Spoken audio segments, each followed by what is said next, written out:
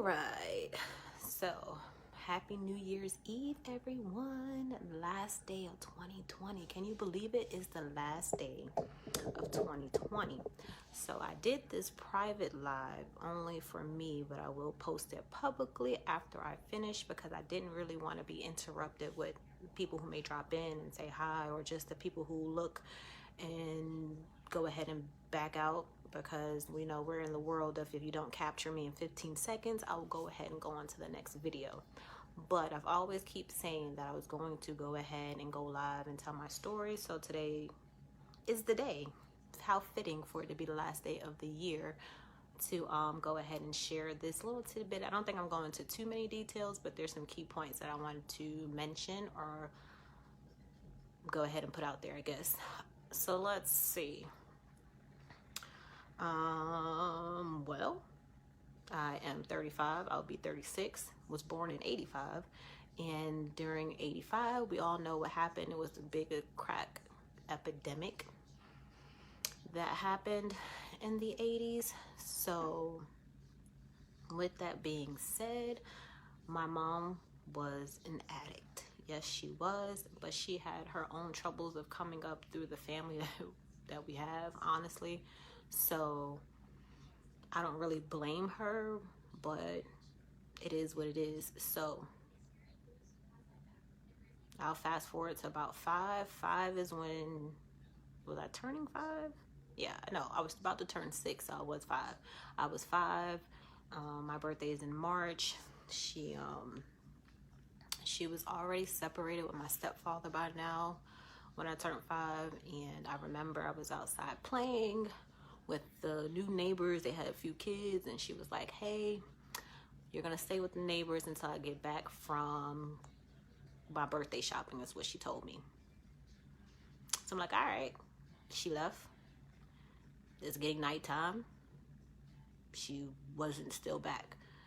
So nighttime turned into the next day, to the next day, to the next day, and I was still at these people's house with no hearing from her or anything like that. Now, granted, we live next door, so I was able to go through our back door back and forth to my house to like get clothes and things like that, but still did not know where my mother was at. And eventually, one day turned into 3 months that I was there. So, because I probably say it's probably was the end of February when she said she was gonna go buy my birthday stuff, so it wasn't even March now that I'm thinking about it out loud. However, anyway, but eventually the landlord ended up locking the door. You know how they do the whole sheriff lock if you're behind in rent. So I had to literally watch them throw all of my stuff out into the trash because she was not back yet. So 3 months went by. I was at these people's house, and of course, probably not knowing what was going on, I became a mute. The lady that I was with, she had a boyfriend at the time who was light skinned, and she was dark. She was darker, so she was trying to convince me, or I guess brainwash me in a sense, to believe that she was my biological mother and that I was their child. Right. So I kind of again stayed there for about 3 months. It wasn't until my aunt showed up and my mom's best friend at the time to come and get me. But because I was there for so long and the lady was putting up a fight, they had to go through court. So when I seen them, it was like I was dead almost, because I recognized them, but it's like, bruh, I've been left here at this point. So my aunt tried to give me a hug, and she was just like, oh, we're gonna get you, but at this point, or we're gonna come back for you. But at this point, I was already abandoned, so I was just like, you're right, in my mind. But she did hold her word, and she came back and she got me. And then I went to go live with my aunt. When I went to go live with my aunt, that's when they kind of told me the truth as far as my mom being an addict, because I was very, very, very close with my mom. So that part. So fast forward, pretty much grew up with my aunt until about age 15, and there's other details in between there, but I'm not going to go into all of that. So I stayed with my aunt about age 15. 15 And at the time, I kind of felt it was shady because I remember wanting to, we lived in New York at this time. So in New York, you're able to, if you're over, was it 13 or 14, you qualify to work for summer youth is what it was. And that's where a lot of kids got their summer jobs and things of that nature. So I remember that I came home, I needed $5 to get these passport pictures so I could submit my paperwork to work for this particular summer. But I was told, no, you don't need to do it because you'll be moving. We were supposed to be moving to Maryland. So I'm like, all right. So left it alone. But one day I came home and all my stuff was packed and my mom was sitting there and it was like, oh, you're going to go live back with your mom. And I was like, what? So imagine this is now I'm 15. I'm not the 5-year-old girl anymore. And she looked like a crackhead. May she rest in peace. But she did. She looked like a crackhead to me. So I was totally embarrassed. And we went to go live in her 1-bedroom apartment in the Bronx with her husband at the time. So I was still kind of just to myself in shock. Like, this is what my life has become. But I had some good friends and still held a special spot in my heart to this day. My road dog. So I have friends that I could go escape to, and school is my scapegoat too. I would rather be in school than anywhere else, honestly. Oh, excuse me. So 15, moved back in with them, and then most times I spent the night, or no, I had a curfew. She was like, oh, your curfew is at 11 o'clock. I want to say it was 11. I want to say she said it was 11 o'clock. So it was all right in the beginning or whatever, but then as time went on, and then I used to start to stay out at night. Well, I used to stay with my friends, but what got aggravating is because you kind of got to be from the city to understand the bridges that you can cross between like Harlem and the Bronx. And we stayed at the very beginning of the Bronx. So by the time I was hanging out with my friends in Harlem, I would walk home, get home, knock on the door, and the chain would be on. And then she would open the door, or because I opened the door with my key, but since the chain was on, I couldn't open it all the way. She would come to the door and be like, go back to your friend's house. So I'm like,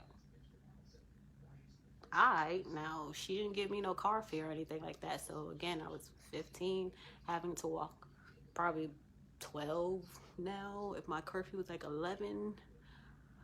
So now I'm walking back to my friend's house by myself and get back to my friend's house. And then eventually I just stopped coming home because, like, what's the point? I come home and is either I'm told to go back where I was at. So I used to just start staying over there all the time. It wasn't until the interest of my daughter's dad that kind of changed that whole dynamic of everything. Because being young, you want to be grown. I think you have all the answers. And for me, I should have, I don't know. But everything happens for a reason, because at the same time, you're looking for something to fulfill the void, I guess. And with filling that void, he was filling the void for me because he was listening. He was a good listener at the time. So now we want to be grown, and with my mom not really being home, I had a free crib. And then he met her, and then she was cool with him spending the night and things like that, because she was always seen as like the cool mom. Never was like a mom, but it was always cool, fun-spirited and things of that nature. So she used to let him spend the night, and then it got to the point where she would be gone weekends and weeks at a time. So again, like, I had a free crib, and we used to go skating a lot. So the skating rink was down the block from me, and blah blah blah, whoop whoop whoop whoop. I ended up pregnant,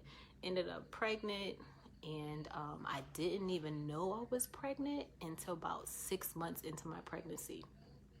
I know, but I never had like a female that kind of tell you the ropes and tell you things of what you should do, what you shouldn't do, or how you should know your body and things like that. I didn't have that at the time.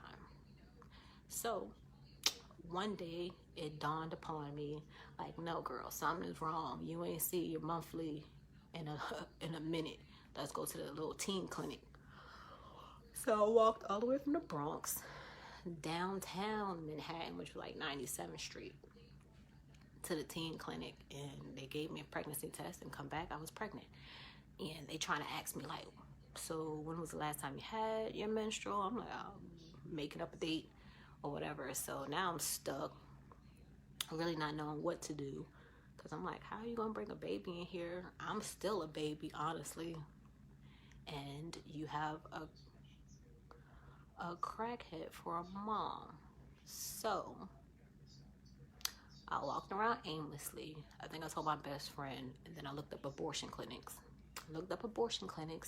Went to an abortion clinic, got there, and when they took me to the back to perform the operation, they like, you're too many weeks. We can't perform the surgery on, well, we can't perform the abortion on you. So, like always, I was just like, well, it's meant to happen. I'm supposed to have this baby, and it is what it is. So fast forward, I think I ended up telling her dad about it. His family wasn't really too keen with it because it kind of came out of nowhere. And I think he was already expecting a child, so that part. But they ended up giving me a baby shower. It was a horrible baby shower because no one liked me, and whatever. So I had the baby shower, took all my stuff to my mom's house, and at this time she knew I was pregnant. And what did she say? Well, she was like, I figured that would happen. I'm just like, so again, she only had a 1-bedroom, so she gave me her bedroom. Her husband moved into the living room. I packed, everything I got from the baby shower I put in the room. I don't even know what happened. I think I stayed out or something for the weekend, and when I came home, I started, someone was like, look in the bags. So I started looking in the bags, and there was nothing in the bags. Like, everything was gone except for her stroller, the plastic that went over her stroller, and like 3 onesies. And that's when I left. I was just like, I cannot do this, because she was just like, I don't know what happened. I don't know who was home. I'm like, how you don't know who was home? This is like our house, so blah, blah, blah, blah, blah. I left, and then I stayed with my best friend until I had my baby. So when I had her in the hospital, when I had her in the hospital wasn't going to let me leave because I was 16 now. So I think I got pregnant at 15, but by the time I had her, I was 16. And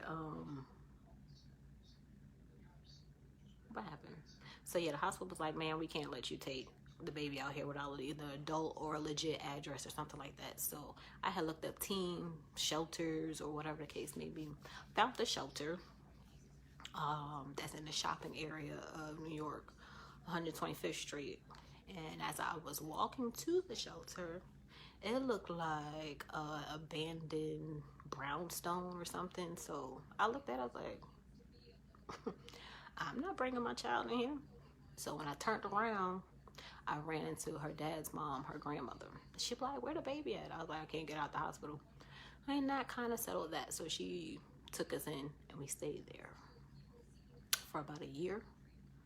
We stayed there for about a year. I finished high school. Never stopped going to school. I finished high school, graduated, and then I met my second child's dad. Yeah, so that's kind of how that went. But fast forward. So yeah, I met my son's dad, my oldest son, and we were together for like 5 years, and it was hard then too. Kind of was in and out the shelter twice in New York. Got denied both times. No, I went through the shelter system 3 times with them. Anyway, yeah, so eventually we moved to Pennsylvania. That was all right, but then we split.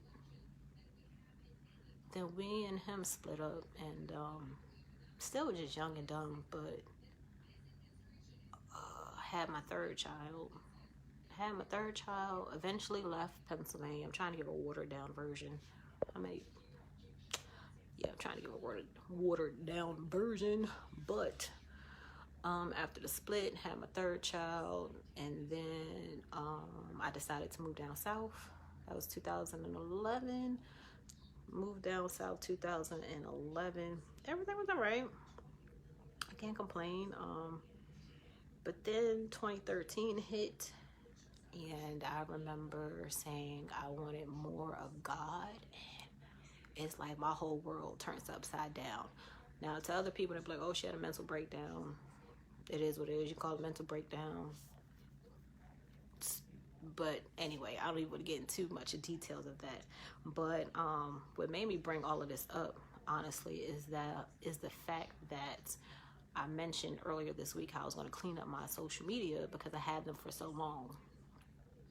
Yes, I've had them for forever now. It feels like Facebook 07, Instagram 2012. So as I was going through my pictures on my Instagram, it's so crazy because even though my life has always been hard, I don't say always been hard, but it wasn't for the faint of heart, I would say. I always had a smile on my face. I was told I would probably die laughing before, even though I had all this drama going on in the background. I don't know. That's always been me. It's always focused on the positive. Ooh, sorry, I'm getting a little teary-eyed, but just thankful. But I went on to say, let me see how good this going to show. So yeah, 2013, I asked for more for God, and in that time, I lost my place. I lost furniture. My kids ended up in the system for 3 months. And during this is that time. But even though they were in the system, look at those smiling faces. Crazy. Then, yeah, they were in the system for about 3 months until I got them back. And when I got them back, this is one of our visits too. Yes, one of our visits together, but they were literally with a foster mom.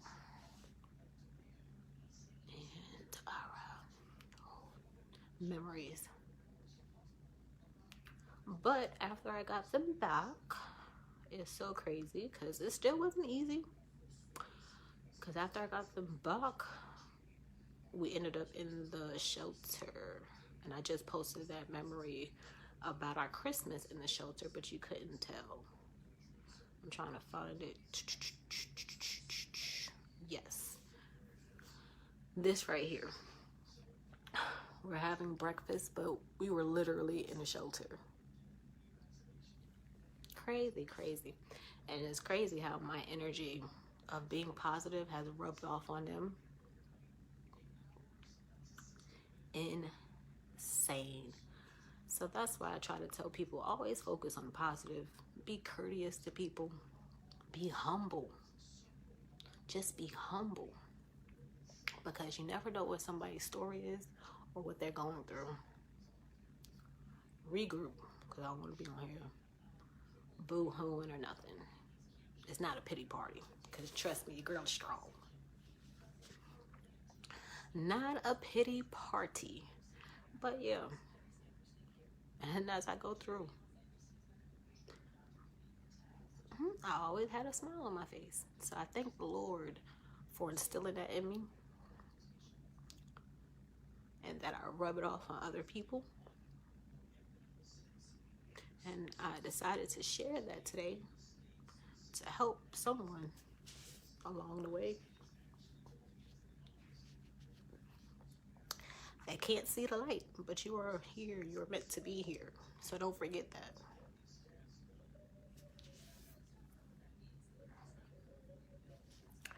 So don't forget that. Always be you. I've always been me, and the blessings that always come upon me, I can't even explain.